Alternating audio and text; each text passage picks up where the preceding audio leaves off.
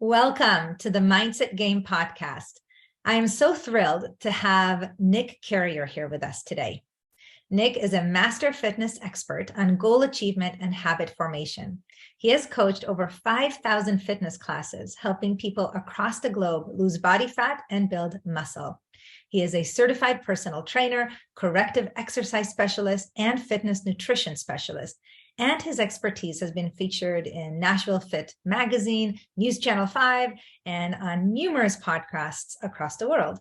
Now, on a personal note, I got to meet Nick and hear him speak at a corporate event a few months ago where we were both speakers. And I'm just so excited to have you here with us, Nick, today. Welcome, because what you shared with the group was so actionable and so relevant that I think everyone needs to hear it. So welcome. Well, I really appreciate it. It was great meeting you there as well. And like you said, the actionable parts is what we all want. I have my company called Best You, and the thing that a lot of people say is we should get closer to the best version of ourselves. And I want to know how. I want the actionable steps. And so that's what I look to provide for as many people as I can as well. So appreciate you having me on today. Thank you. Thank you, Nick. So how about we start with this kind of concept of transformation, right? Because to transform our body, our health, that's both physical, mental, emotional. I mean, there are many aspects to that. So what are some of the most important things that people need to know as they set an intention to transform their body? Yeah, no, that's a great question. So I would say that one of the beginning things that we all need to really get clarity on is why we're doing whatever change it is that we're doing. So at the beginning of the year, or at any point, if you're looking to transform your health or you're looking to upgrade your health, you have to ask yourself why you actually want to do that in the first place. And I usually think that your why needs to have three different components to it. You need to know what you want to avoid, you want to know who you want to become, and you want to know who you're doing it for. And so I start off with, what am I trying to avoid? Like, I'm probably in some level of frustration right now if I am wanting to transform the health area of my life. And so it's not really a sexy topic to identify what you want to avoid and how bad habits, if they get the best of you, what your life might look like. But if you can identify that I'm the person I don't want to be 30 pounds overweight. I don't want to be a bad role model for my kids. I don't want to lack confidence. I don't want to feel uncomfortable when I go into a bathing suit. If you can really figure out what you're trying to avoid, that will really get you to take some action. Next thing, who do I want to become? Trying to identify the upgraded version of yourself that you want to live into. I want to be that person who's really confident. I want to be that really positive role model for my kids, and trying to get a really clear picture of that. And then that last component is, who am I doing this for? Because oftentimes, if you're trying to transform your health, you're doing it for yourself. You want to feel better. You want to improve your life. But think about all the people who can be positively impacted by the change that you make. And so oftentimes when we get really unmotivated, or when we get down, we need the who we're doing it for part to pick ourselves back up, to get ourselves outside of ourselves and have the external motivation of the other person, the other friend, family member, or somebody that we love. So I always like to get people to really get clear on what their why is and write that out in 3 or 4 sentences. What are you looking to avoid? Who do you want to become? And who are you doing it for? That's usually where I always start off with people. And I appreciate that, because I think that compelling vision, the meaning behind why we want to do what we do, is such a driver. Because things will get hard at times, right? Our body may not want to do the things that we intend to do. And going back, right? Anchoring back into, who do we want to become? What do we want to avoid? And like you said, who are we doing it for? Because the truth is that many people may not be as motivated yet to do it for themselves, but they want to do it for others, or, to be able to play with their kids, to have vitality, to be able to fulfill on their mission in life, whatever that might be. So I appreciate that you're sharing that, because the psychology of the change is so, so, so important. What else do we need to keep in mind as we step into a transformation like this? Yeah, so I'm going to stick with one more kind of psychology type thing, and then I want to dive into a little bit of some specifics from a health and fitness standpoint.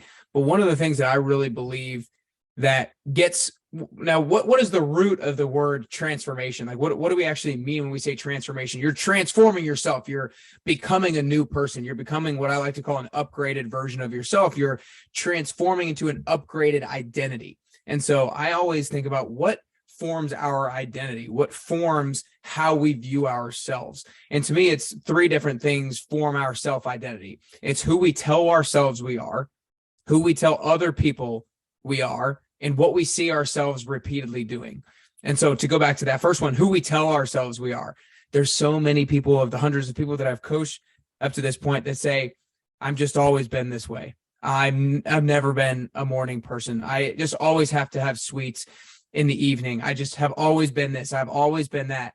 And that, of course, that's going to be true if you continue to talk to yourself like that. But the only way to get out of that identity is to speak to yourself differently.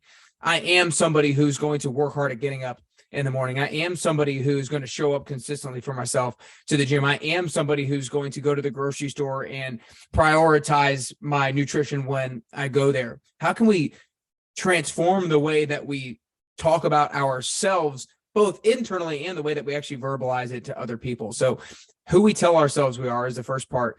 Second part is who we tell other people we are. And that's the same thing. Make sure the voice inside of your head is not, if it's a bad voice inside of your head, make sure you're not also communicating that to other people, because that just makes it even more real. And one of the things that I personally do is I like to communicate my goals to other people, because then it makes it so much more real for me. And then that other person also asks me about my goal. And I'm like, oh crap, if they're going to ask me, I better do the darn thing. And so who you tell others you are. And then that last part is almost the most critical part, in my opinion, is what you see yourself repeatedly doing. And because what you see yourself repeatedly doing is one of the biggest things that forms your self-identity, then you have to repeatedly do things that are in alignment with who you want to become. And those goals have to be small enough so that you can actually repeatedly do them, because so many people will set large goals and they'll do them for a little bit, but then they'll fall off. And so they haven't repeatedly done anything. Your goals need to be small enough so that you have the ability to repeatedly do them so that you can actually transform your identity. And so when it comes to health and fitness and the way I coach people, we coach people on identifying 3 weekly goals that are realistic enough so that they can actually do them week after week after week after week. And so, for example, one of those things might sound like, I want to make sure that I have 10 healthy lunches and dinners this week and every single week for the next 10 to be able to get to my weight loss goal. So you want to make sure that you can repeatedly do these tasks to really transform your identity. And so that brings to mind this concept of measurement, right? To, identify who it is, what are the stories that we're telling ourselves, what are we saying to others? And as you said, these kind of repeatable, smaller chunk type of goals, but we need to measure that in order to assess and celebrate or calibrate or whatever that might be. So what tips do you have for people around how to decide what's a small enough goal that's doable, but not too small or not too big? And of course, how to keep momentum and build momentum on that? Yeah, it's a good question. So when I help people set those weekly goals, I have 2 different words to help calibrate the appropriate size of what that goal should look like. The first word is predictive, meaning that I believe if I do this, then I'm going to get that. The second one is workable. It needs to be workable. And I define workable as it's something or an amount that you're willing and able to do based off of what you've been willing and able to do in the past. So let's start with that predictive part. If you have a goal of, let's say, I want to lose 10 pounds in 10 weeks, and then you start coming up with a weekly goal, and you say, I'm going to work out 1 time a week for 30 minutes to reach that goal. A lot of people will probably know that that's not going to be enough. And oftentimes you might need to seek out somebody else with a little bit greater expertise to help you get the exact calibration down. But oftentimes people can get to a pretty good, precise number for themselves in whatever goal that they have. And so then they might say, maybe I need to work out 7 times for an hour. Well, probably not. Maybe 4 times or 5 times would be appropriate. And then, okay, if that's predictive, if I work out 4 times, every single week, then I'm going to lose the 10 pounds. Is it workable?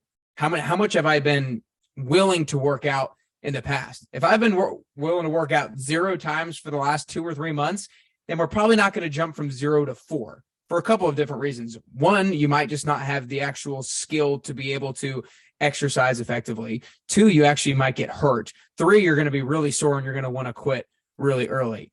And so you want to make sure that you're willing and able to do it based off of what you've been willing and able to do in the past. And so with somebody who's worked out 0 times, maybe 1 to 2. If you've been working out 1 to 2, maybe 2 to 3, or maybe 3 to 4, and so on and so forth. And part of the practical reason for that is one of the most difficult things about forming a new habit is simply the time it takes in your day to do that new thing, because we all have our rhythms and our routines that we have. And if you are not used to dedicating 75 minutes of your calendar to the gym, meaning going to the gym, exercising, coming back from the gym, if you're not used to dedicating that 75 minutes, then it's hard to find the 75 minutes in your day to dedicate to that. And so we want to make sure we don't completely flood our calendar with things that it's not used to having in there. And so those 2 words, predictive and workable, are critical in figuring out and specifying the appropriate metric that you want to hit on a weekly basis, both from a fitness standpoint or a nutritional standpoint. And you brought up this problem of time or perceived problem of time. And everybody says, not everybody, but most people these days say, I just don't have enough time. That's one of the most common beliefs that I hear when I speak to people in my trainings and so on. So how do you handle that? If somebody says, Nick, this sounds amazing, but there's no way I can fit 3 to 4 times a week. What are some tips for that?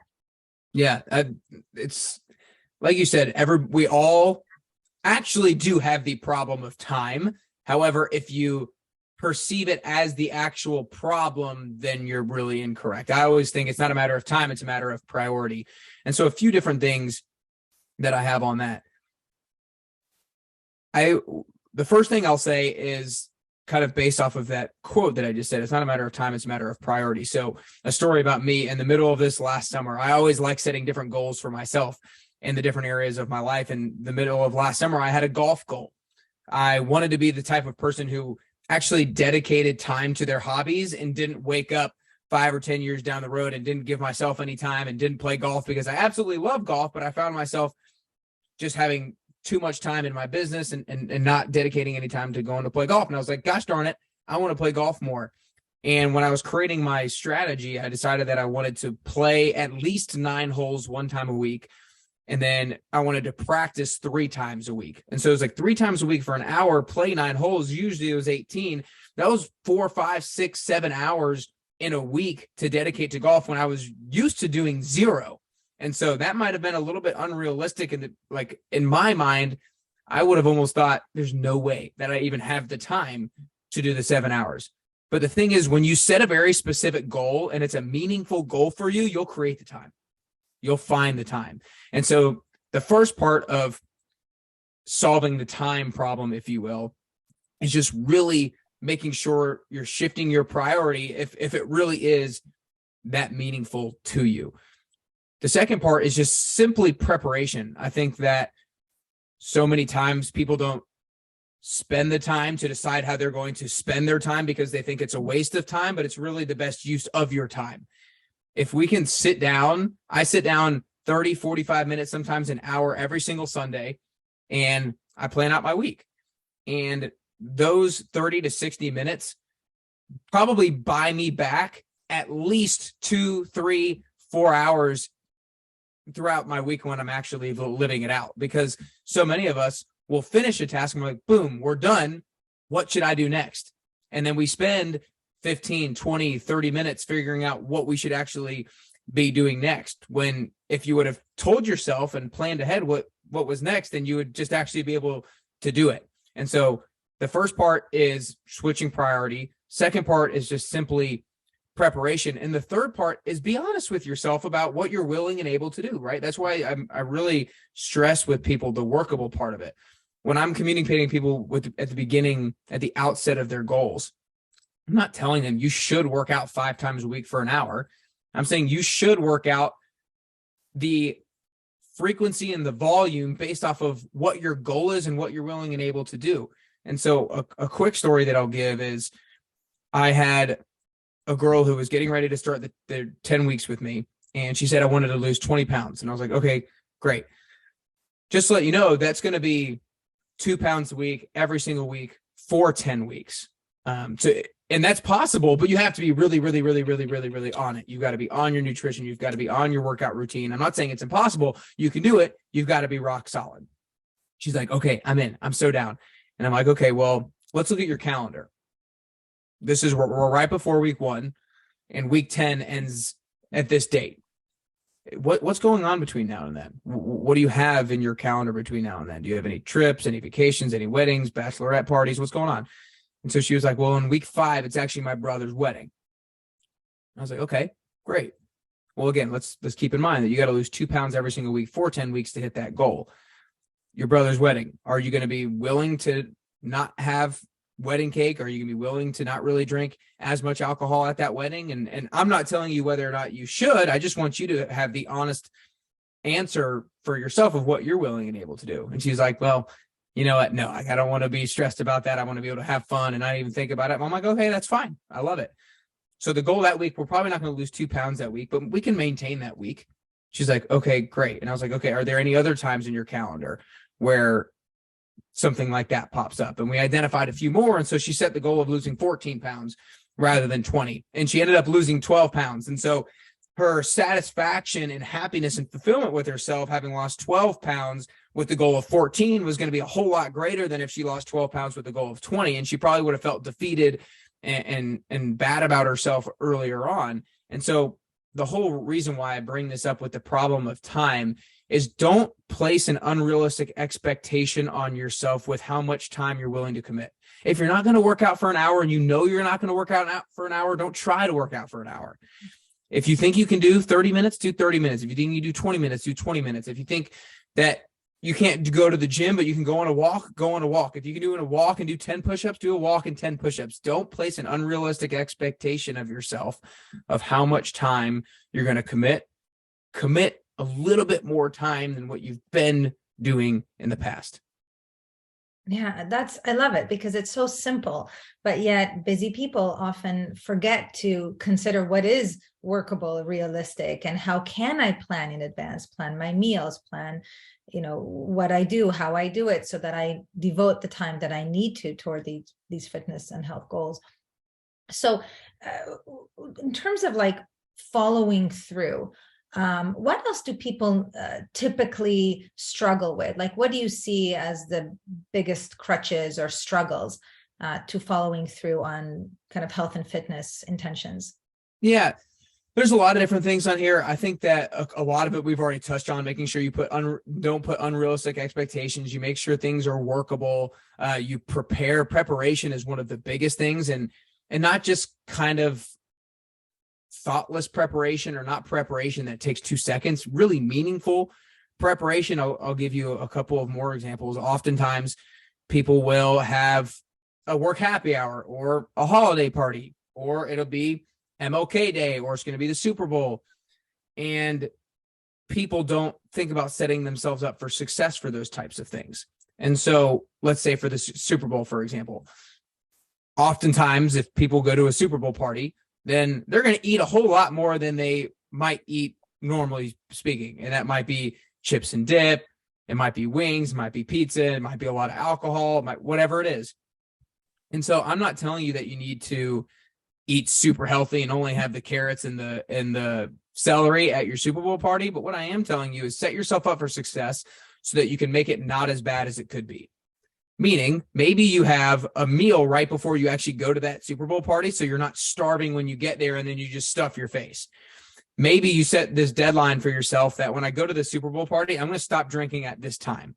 Or maybe I'm going to have a glass of water in between all of my drinks. Or maybe I'm going to allow myself 1 slice of pizza rather than 2. Or I'm going to allow myself 8 wings rather than 15 wings. And so oftentimes we don't think about those small changes, but it's those small changes that done consistently over time that can lead to big results.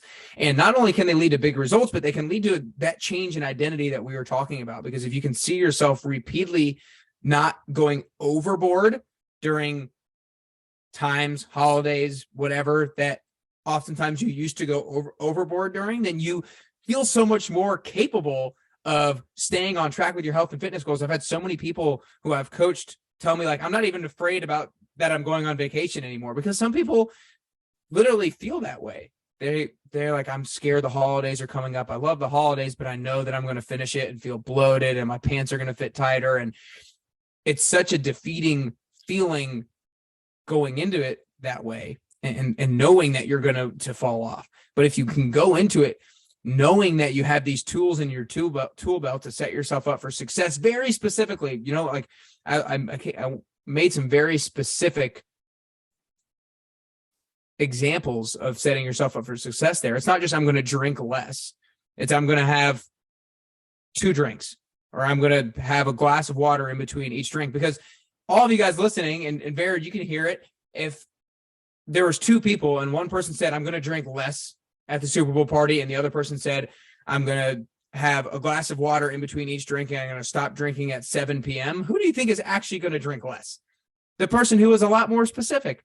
And so that level of preparation really sets people up for success. The last thing I'll say with regards to following through that gets people to really do it at a high level is having a scoreboard, is having something to actually track your progress so that it's visible, because the scoreboard has 2 main functions. One is to provide us with motivation. The second is to provide us with a level of urgency. One, it provides us with motivation because motivation comes from seeing ourselves or feeling ourselves making progress towards a worthwhile goal. Therefore, we better have a worthwhile goal, and we better have a means of seeing ourselves making progress. The second one is it provides us with urgency. And when I say it provides us with urgency, it's in your face, and it's a reminder, because all of us, as Vered said, we're super busy. We don't have enough time. We need as bunch of reminders as humanly possible to say, you need to eat this, you need to eat this, you need to eat this, you need to work out and do this, you need to prepare. You need a scoreboard that is highly visible. One of the things that I always tell people in our program is the amount of success that you realize with your goal will be directly correlated to the frequency with which you engage your scoreboard. Wow. So, this is really, really fascinating to me, because, you're giving us specific tips and tools about what to do, like, for example, with the scoreboard and the preparation. But you're also reminding us that we have some like automatic patterns, right? So when we're in a social gathering or under pressure, or seeing people that kind of remind us of past events where we used to eat and drink, it's just the unconscious mind, right? That which drives our behavior is going to be familiar with the old patterns, and we're probably going to activate them again. So reminding ourselves of that why, as you said, keeping track of our score, so to speak, of how we're doing. And I love also kind of the affirmations, right? Let's say I am disciplined. I am, right? Reminding ourselves of that, maybe even visualizing ourselves being at the Super Bowl party or at the wedding, or, drinking that water or whatever it might be. That really does have an effect, that we're much more likely to do that which we set out to do. And of course, when there's accountability, when we tell somebody that we want, and we maybe have somebody help us with that as well, or at least celebrate with us when we do what we set out to do, that could be very empowering as well. So would you be willing now to kind of shift gears maybe into like specific health, fitness, nutrition tips, some of the top ones that make the biggest difference? Yeah, no doubt. I'll start with nutrition standpoint. There's really 3 top rules for eating that I like to follow. And I'm going to start off by this. The first thing I'll say encompasses all 3 of them, and it's just eat real food. Eat real food. If you go to the grocery store, try to have as many single ingredient items in your cart as possible. An apple's an apple. A Brussels sprout's a Brussels sprout. A Pop-Tart is 70 things. So can we have single ingredient food? So that's kind of like the biggest all-encompassing rule. But then to get into kind of the nitty gritty, the first part is getting high quality protein in the right amounts. And so when I talk about high quality protein, a lot of people think just quantity of protein, how many grams of protein should I get in, but they don't think the quality of the protein. And the quality of protein can very much be dictated by what the animals are eating. when you think about beef, we want to have grass-fed and grass-finished beef. We want to make sure they're not just corn-fed. We want to make sure they're grass-fed and grass-finished from the time they were born to the time that they were slaughtered. When it comes to chickens, we want pasture-raised chickens. Oftentimes, sometimes even chicken products or chicken breasts might say grass-fed on them. We actually want them pasture-raised because chickens were meant to feed on forage and bugs and grass and plants and all these different things. And we want to make sure that they have as close to their natural diet as possible. And so we want pasture-raised chicken and pasture-raised eggs as well. So those are some key things to think about terms-wise when you're grocery shopping. When you go get salmon, you want wild-caught salmon. You don't want farm-fed salmon. You want wild-caught salmon. And then, so those are some particulars with regards to the quality of the protein. And when it comes to quantity of protein, everybody is going to be a little bit different based on their age, their male or female, whether they're trying to maintain muscle mass or gain muscle mass, how much activity level they're doing. But I usually always like to tell people anywhere from 0.5 or your body weight times 0.5 to your body weight times 1 in grams of protein. So if we can, obviously, if your activity level is high, you're a male, you're doing a lot of weightlifting, the more 1 gram per body weight or per pound of body weight. And then on the bottom side, if you're not really exercising all that frequently, maybe a small female, then more of that, your body weight times 0.5 in grams of protein. So the first rule that I always like to talk to people macronutrient wise is eating high quality protein in the right amounts. The second one with regards to carbohydrates is making sure we get appropriate amounts of fiber. You see, oftentimes when people are just tracking carbohydrates, there's all different things that fit into carbohydrates. A French fry is a carbohydrate, but a sweet potato is also a carbohydrate.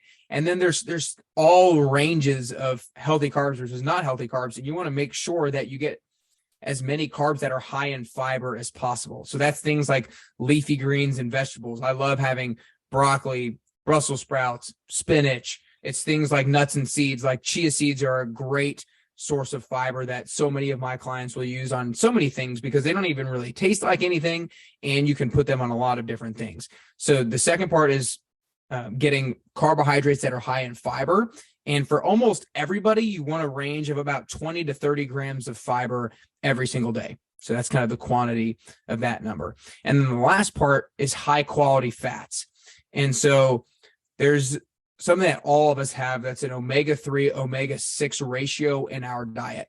And omega-3s are one of the most important things when it comes to optimizing our biology. Omega-3 fats is what makes up our cell membranes. And so it allows our cell membranes to be soft and permeable rather than hard and brittle. And cellular health is absolutely critical to ensuring that when we actually eat good food, our body can actually extract the necessary ingredients from those foods. So we want to have high quality fats for healthy cell membranes. And it's also super, super important for our brain health as well. When we have omega-3s, it helps to build our brain neural connections. And there's a lot of research around the importance of omega-3s and things like dementia and Alzheimer's. And so omega-3 fats can be mostly found in wild fish. So like I said, wild-caught salmon, any kind of fish, tuna, and then there's in nuts and seeds as well. But not to get into too nitty-gritty, but there's also 3 different kinds of omega-3s as well.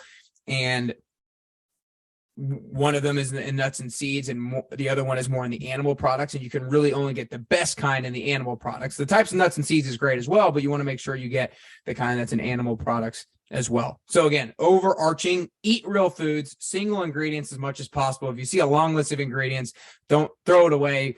Don't get boxed stuff as much as you possibly can. And then the 3 nitty-gritty things is eat high quality protein. Make sure it comes from a good source. Make sure that your carbohydrate sources are high in fiber, and make sure you're getting proper sources of omega-3 fats. Awesome. Thank you. How about water? We hear we should be drinking a lot of water. How much water should we be drinking? Yeah. So I'll start off by going back to the term that I said before, workable. We want to make sure that if you currently drink 0 ounces of water, which is more people than maybe you would expect, don't try to start drinking 100 ounces of water every single day. Make it workable. Make it an amount that you're willing and able to do based off of what you've been willing and able to do in the past. So that's the first thing. But the general principle, the general number calculation that I give to people is your body weight, half of your body weight in ounces, half of your body weight in ounces. And then I usually say plus about 16 ounces for every hour that you're exercising. And so if you are 150 pounds, that's 75 ounces of water. And if you're working out, then another 16 to get you up to that 91 ounces per day. So that's kind of generally what I say about water, but you also want to make sure that you're getting electrolytes and you're getting the salts and you're getting the sodium to be able to retain that water. Because if you're just drinking in a lot of water, then you're not actually hydrating your cells. You see, your cells can only retain the water if it has enough sodium and salt and electrolytes to be able to hold on to it. And so if you're just drinking water, then you're actually just going to be continually flushing it out. And so having electrolytes, and so what a lot of people do and what I put on a lot of my food is Himalayan pink salt. It has a high level of electrolytes in it to be able to retain the water in your cells so that you actually have hydrated cells, which is the whole purpose of hydration in the first place. Wow. Okay. Very good. Thank you. So what else do you think is important, like around kind of nutrition? And then maybe we can shift the focus to, of course, fitness. Anything else that's important there? Yeah, I would say I'll kind of go into fitness and give a few overarching things as well. I think one, I'm going to start off because I think most people undervalue, I'm not sure if most, a lot of people undervalue the importance of strength training. A lot of people, when they think weight loss, they think cardio. I need to go out and run until I die. And I hate running, but I'm going to do it because I think I need to do that in order to lose weight. And so strength training is absolutely critical to be able to just have like the body shape that you want to have. But it's not even just that. Your muscle is the biggest, most important metabolic organ in our body. The more muscle that we have, the more muscle tissue, the more muscle cells have the ability to churn through the food that you eat. I mean, we all know that guys burn more calories than girls, generally speaking, because guys have a higher amount of muscle mass than females do. Sure, there's some females that have a higher muscle mass than some guys, but just generally speaking, if you have more muscle mass, you're going to burn through more calories. And so when a lot of people are talking about, I have a slow metabolism, well, let's get strength training a little bit so that we can start to ramp that up. So first thing is strength training is really important. I think a lot of people maybe don't do it as much as maybe they should because of they prioritize cardio or they just don't know how to do it effectively. And so if you don't know how to do it effectively, obviously there's a bunch of YouTube videos that you can watch. You can hire a coach. You can go to a class so somebody else is telling you what to do, but don't let the lack of knowledge stop you from actually doing it. So that's the first thing. Strength training is super, super critical. Second part, obviously cardio is really important as well. You want to be burning you burn calories at a more rapid pace when you're doing cardio today. I always think of cardio as kind of like the short-term, most efficient calorie burn, but as strength training as the long-term, most efficient calorie burn. And so cardio is really important both for burning calories, but it's also really important for just heart health as well. And we obviously need to make sure our hearts are strong, the biggest organ in our body, to be able to do all the things that we want to do and have the longevity and the health span that we want to have. So strength training, cardio, and then also the last part is a combination of mobility and injury prevention.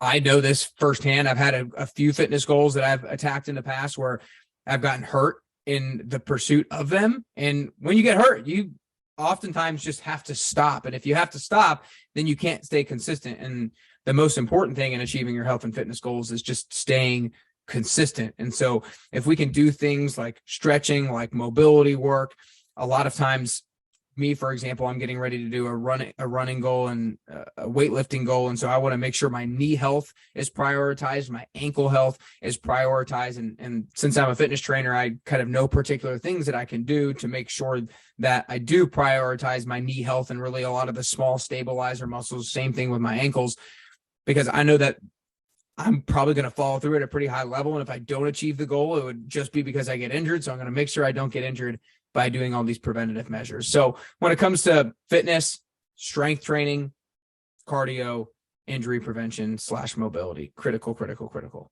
If you were coaching, let's say middle-aged individual that he or she has not prioritized working out, but has a fear maybe of injury, or a fear that they're going to fail again because they've tried so many times and they always reverted back to the old ways.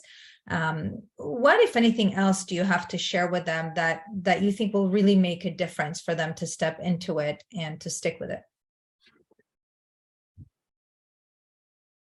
I'll start off with an actual question that somebody I've had on my show before, that she asked herself, because she was almost in the exact same place. She was 50 years old. She had her 50th birthday party, and she was looking at herself in the mirror and was like, who are you? And she knew she needed to make a change. And I forget exactly where she came up with this question, but she wrote this question down on a Post-it note and put it on her mirror. And it read, what would you do today if you were not afraid? What would you do today if you were not afraid?